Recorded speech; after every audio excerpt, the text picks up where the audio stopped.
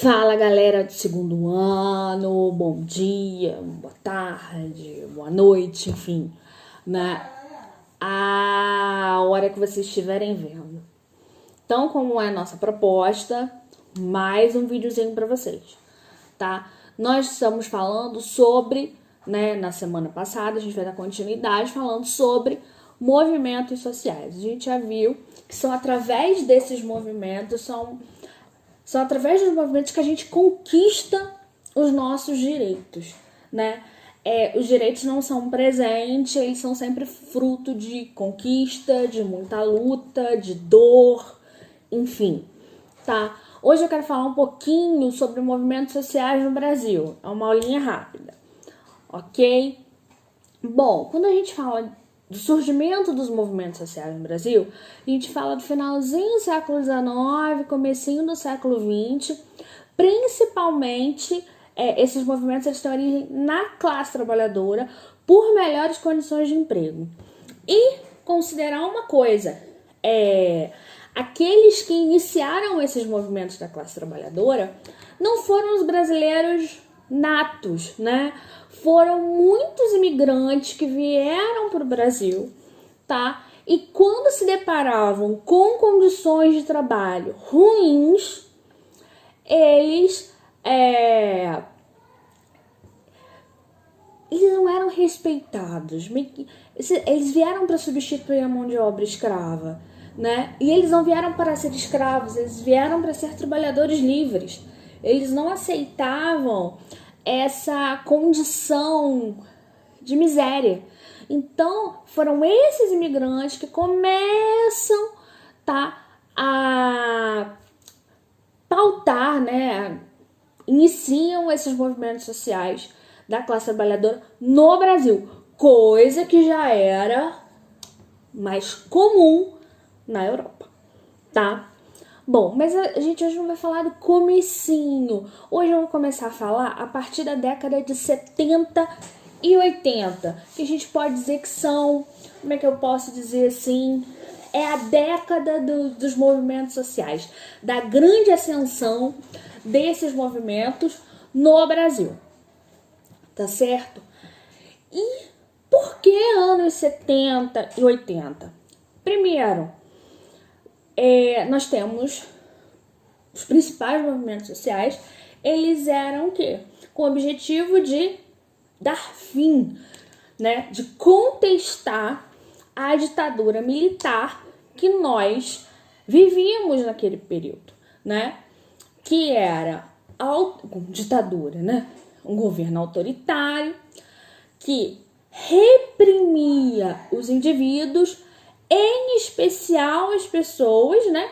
E os grupos que eram contrários a ele, tá? Em especial os grupos que eram contrários, né? Então, se você contestasse, né, o governo, né, você poderia, enfim, ser torturado, desaparecer simplesmente. E até hoje nunca mais sumir não, nunca mais aparecer, né? Você poderia ser exilado, né? Você poderia ser morto.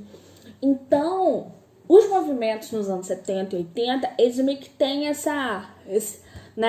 esse direcionamento. A partir do momento, né, que esses movimentos que lutavam pela democracia, coisa que a gente hoje nem tem que fazer, né? A democracia tá lá, estabelecida, né? Ninguém contesta o executivo, o legislativo e o judiciário. Ninguém diz que tem que fechar congresso, né? Aqui somos todos muito pró-democracia nesse país, né? Principalmente aquele cara que tá lá, ó, a nossa figura máxima do executivo. Não falei nomes, ok? Bom, e aí nós, né, quando a gente tem então essa questão do fim da ditadura em 85, com o governo de Figueiredo, falei assim, bom, e agora? Né? Acabou a ditadura, então a gente tem que lutar pelo quê? Por uma questão mais acabou a ditadura, a gente vai ter que fazer uma nova Constituição. Então a gente vai ter uma luta, os movimentos sociais eles vão se organizar para lutar pela criação de novos direitos sociais.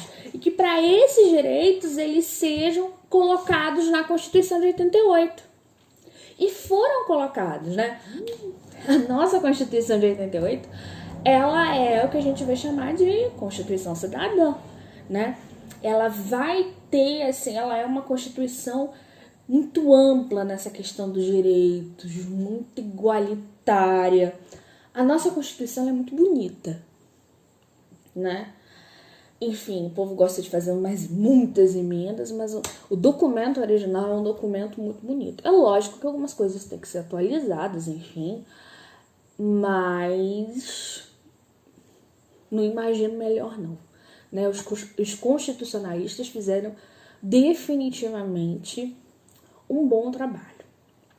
Bom, então a gente vai finalizar essa década aí de 80 com essa questão desses movimentos pró-direitos sociais, ok? E que essas, não vou dizer 100%, porque nada nunca é 100%, mas grande parte desses direitos eles vão ser colocados na nossa Carta Magna, tá? Já nos anos 90, né, eu não tenho mais ditadura para lutar pelo fim, né? Boa parte dos movimentos sociais foram atendidos, né? Foram protegidos via Constituição. Então vão surgir novos movimentos. Novos movimentos que surgem por quê? Principalmente um movimento que até hoje existe, gente. A gente está há 30 anos, 3 décadas, né? Tendo movimentos sociais que são pró-ética na política. Por que quando a gente fala de ética na política é tão importante? Primeiro, as pessoas confundem quando elas conseguem um cargo público, né? Que tudo aquilo que passa na frente dela, né? Ela quer captar aquilo pro pessoal. Né, todo recurso, né, ela confunde o direito público com o direito privado, né? Aquele bem é público, mas aí eu posso fazer uso privado dele. Me tá disponível um carro para me levar para ir a reuniões, para ir ao congresso, trabalhar, coisa que eu acho que ninguém aqui tem carro oficial para você ir trabalhar, né? Eu acho que não era necessário, mas enfim, né? Tem grandes deslocamentos, vamos considerar que isso é sério. Aí eu pego o carro e o motorista, né, que me é cedido e falo assim, olha, você vai, leva meus filhos na escola, faz a compra, leva pra pessoa que trabalha na minha casa.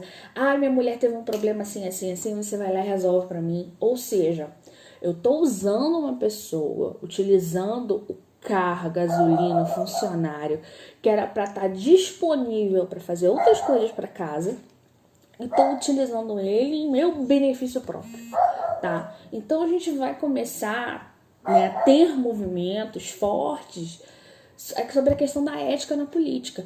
E esse movimento, ele é tão forte, né, que ainda no começo da década de 90 a gente derruba o primeiro presidente eleito de maneira direta no Brasil. Que presidente é esse? Fernando Collor. E justamente ele vai ser impeachmentado por denúncias de corrupção, né? Enfim, o que ficou comprovado, se eu não me engano, foi a compra do Fiat Elba, né? Que você, professor, alguém vai ser impeachmentado porque comprou um Fiat Elba. Eu falei, bom, na época o Fiat Elba era um carro melhor do que os dias de hoje.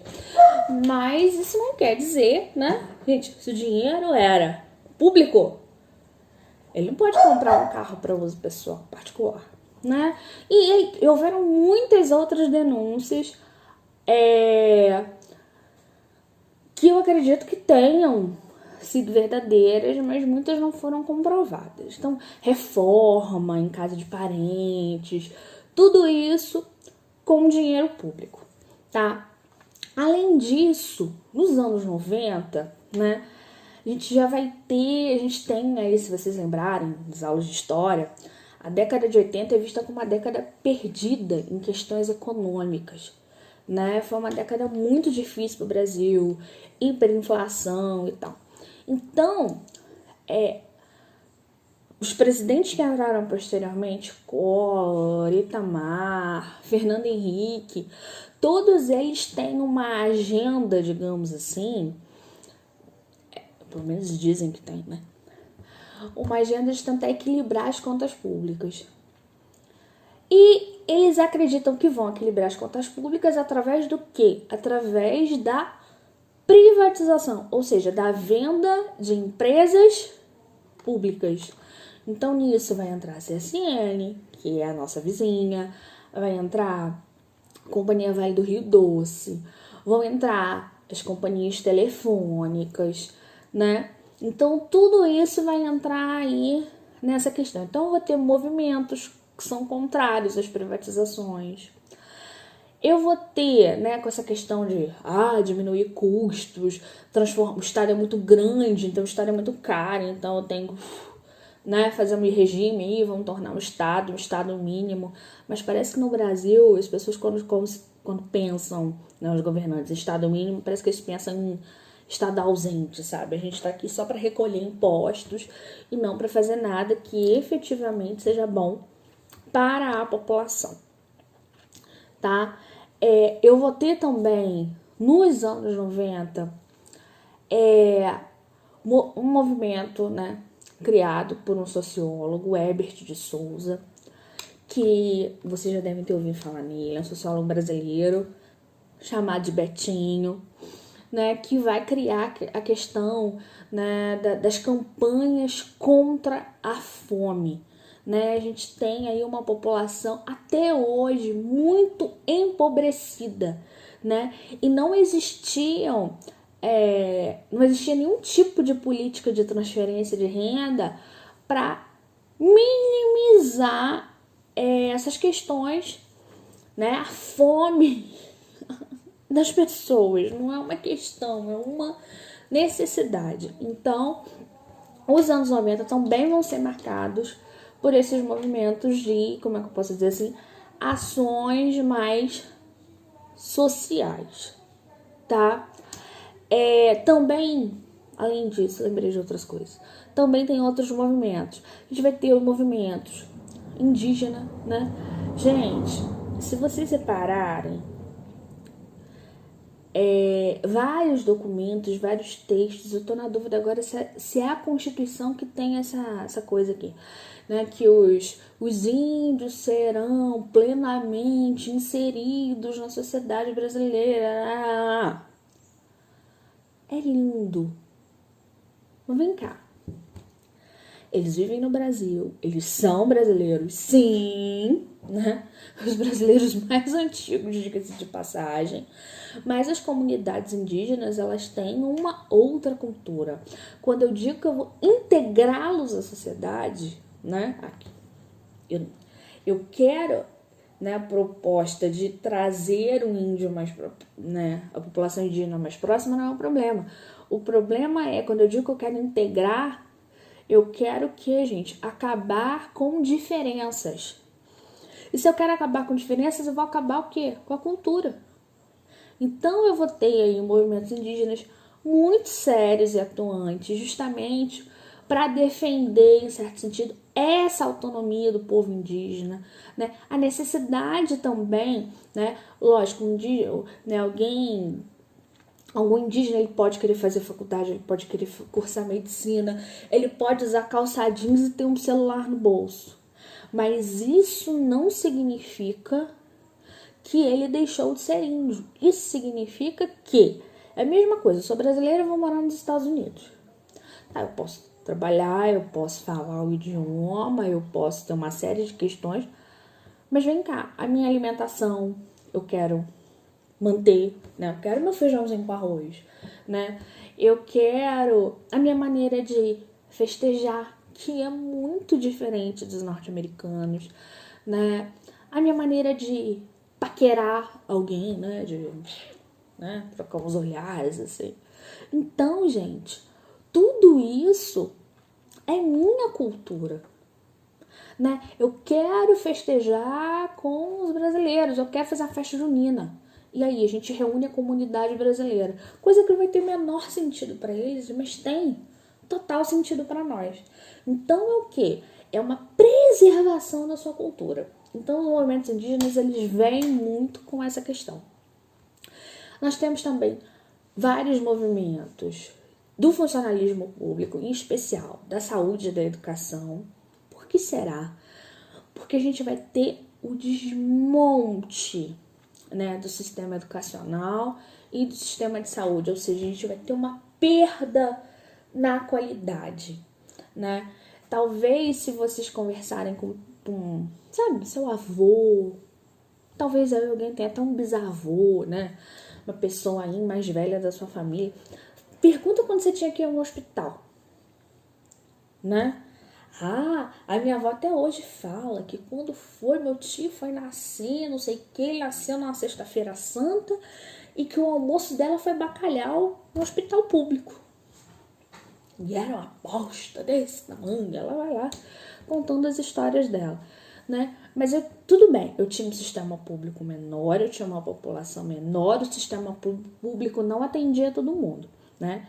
Muitas vezes a pessoa ia se curar aí com curandeiro, rezadeira, raiz, enfim.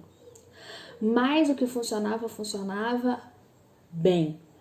O sistema, ele cresce, mas ele não atende com qualidade todo mundo. Então a gente, né, tanto na questão da educação quanto da saúde. Então a gente, né, e os profissionais, eles vão tendo perda de condições de trabalho. Então, né, e perda de renda, enfim. Então, os movimentos do funcionalismo, especial dessas duas classes, vão de encontro a essas questões que eu apresentei. E eu tenho também os movimentos ambientalistas. Se a gente lembrar aqui, a gente teve um ambientalista muito famoso, que foi Chico Mendes, que foi aquele que lutava pela preservação, né, pela sustentabilidade da Amazônia, né, e que foi brutalmente assassinado, né, um ambientalista brasileiro. Então, esse movimento ambiental, ele também vem, assim, nos anos 90. Atualmente, tá, os movimentos, eles mudam um pouco de natureza. Atualmente, os movimentos vão ser pluriclassistas, multiclassistas. O que significa? Que aquele movimento, ele não está restrito a uma fronteira. Os movimentos de certo sentido são transnacionais. Eu tenho uma agenda global, né, por luta pela causa ambiental, né? Eu tenho uma luta pela conscientização ambiental. Isso aí não é a população do Rio de Janeiro, de São Paulo, do Brasil, do estado. Não, é a população mundial. O que a gente pode fazer para preservar melhor o nosso ambiente? Eu não sei se vocês viram, mas tem um grupo de pesquisa que vai fazer um congresso online, enfim, de pesquisadores que está falando sobre diminuição. Oi, gente, só para concluir. Nós falamos do congresso em que os pesquisadores, eles vão falar sobre a questão da diminuição da emissão de CO2 e como isso é importante para o meio ambiente como um todo. Uma outra pauta da questão da atualidade são os movimentos identitários, né? Culturais, o movimento negro, o movimento LGBT, que justamente vão ter essa pauta global e que vão lutar pelo reconhecimento das suas diferenças e das suas necessidades, tá? Gente, fica ligadinho na aula da próxima semana, tá? Grande beijo!